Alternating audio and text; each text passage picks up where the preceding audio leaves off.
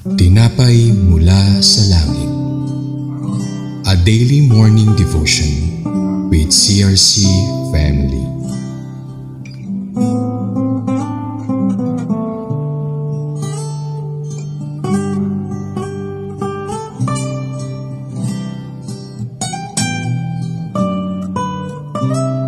Mapagpalang umaga po mga kapatid. Ako nga po pala si Brother Edison Makuha, isang kabataan ng CRC Antipolo Daughter Church. Samahan niyo po kami sa ating programang Tinapay mula sa Langit, ang pang-araw-araw na debosyon sa salita ng ating Panginoon. Ang ating pong pamagat ay the provision for the poor in the consecration by above. Ito po ay makikita sa Bible text na Leviticus chapter 27 verse 8. Pero bago po ang lahat, tayo po muna ay magkakaroon ng panalangin upang tayo po ay gabayan ng Panginoon at ng Banal na Espiritu. Samahan niyo po ako. Panginoon na makapangyarihan sa lahat, kami po ay lumalapit sa inyo at humihingi ng karunungan, kaalaman at pangunawa sa aming tatalakayin. Imulat niyo po aming mga puso at pag-iisip upang ma-encounter ka po namin, and higit po sa lahat ay mangusap ka po sa bawat isa. Itago niyo po ang inyong mensahero sa inyong likuran upang kayo na po ang siyang manguna at ang nais po ninyo ang siyang masunod. Sa pangalan ng aming Panginoon at Diyos na si Jesus, kasama ng Banal na Espiritu Santo. Amen. Leviticus chapter 27 verse 8, ito po ang sabi: Kung walang maitutubos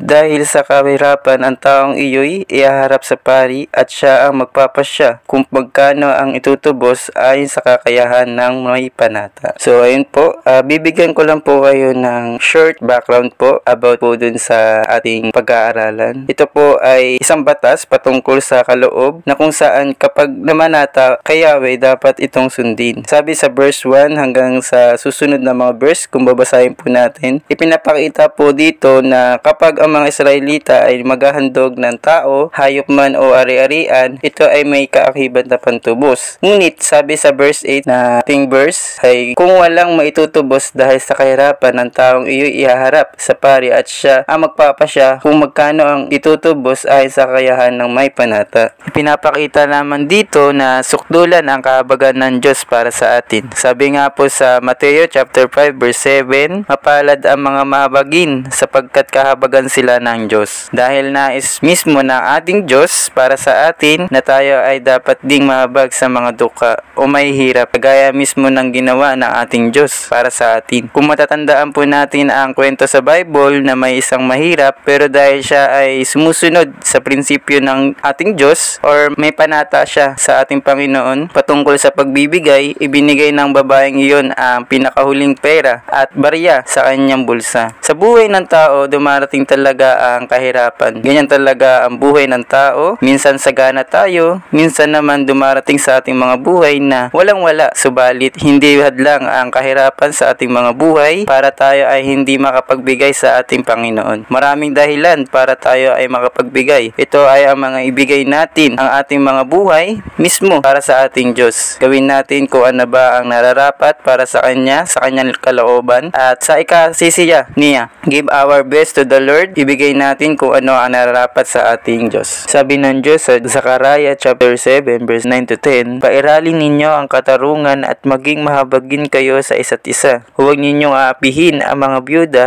ang mga ulila, ang mga dayuhan o ang mga mahihirap. Huwag kayong magbabalak ng masama laban sa inyong kapwa. Dahil minsan pa tayo ay binigyan ng Diyos ng provision. Ano yung provision na yun? Yun ay ang kaligtasan nung tayo ay makasalanan pa. At para po sa ating pagtatapos, sa ating conclusion, ito po ay matatagpuan po natin sa mga taga-Roma chapter 9 verse 15. Sapagkat ganito ang sinabi niya kay Moises, mahabag ako sa nais kong kahabagan at maawa ko sa nais kong kaawaan. Dahil sa kahabagan, iniligtas tayo ng ating Diyos. Ang bayan ng Ninive ay kinahabagan ng Diyos, kaya pinasya niya na hindi na niya ito lilipulin. Ang bayan ng Israel ay kinahabagan din niya sa pamamagitan ng paghingi ng tawad at pagsisisi. Kaya nga, paano pa kaya tayo mga anak ng Diyos at mga lingkod niya na hindi niya bibigyan ng probisyong kahabagan? Kahabagan niya sa pagiging dukha o pagpapahirap sa atin na ating mga kaaway ng diablo sa ating mga kasalanan. Ngunit tayo ay nilinis at pinagawang banal muli sa harapan ng Diyos kapag tayo ay patuloy na humihingi ng tawad at pagsisisi sa Kanya. Kaya magpasuri tayo sa ating makapangyarihan Diyos na siyang nagbibigay ng masaganang kahabagan para sa atin. Ngayon po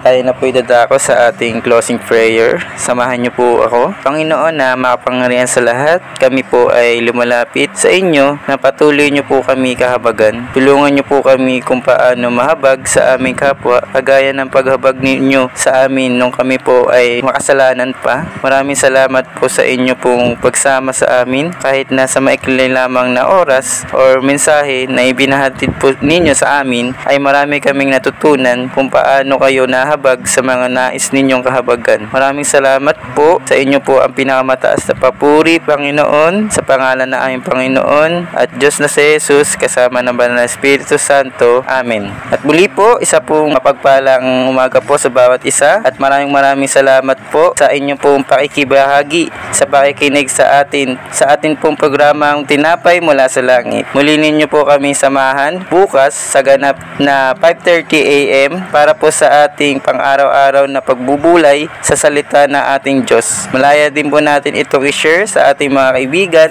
pamilya, upang tayo ay pagdaluyan ng pagpapala sa iba. Muli po, isa po mapagpalang umaga and God bless us all.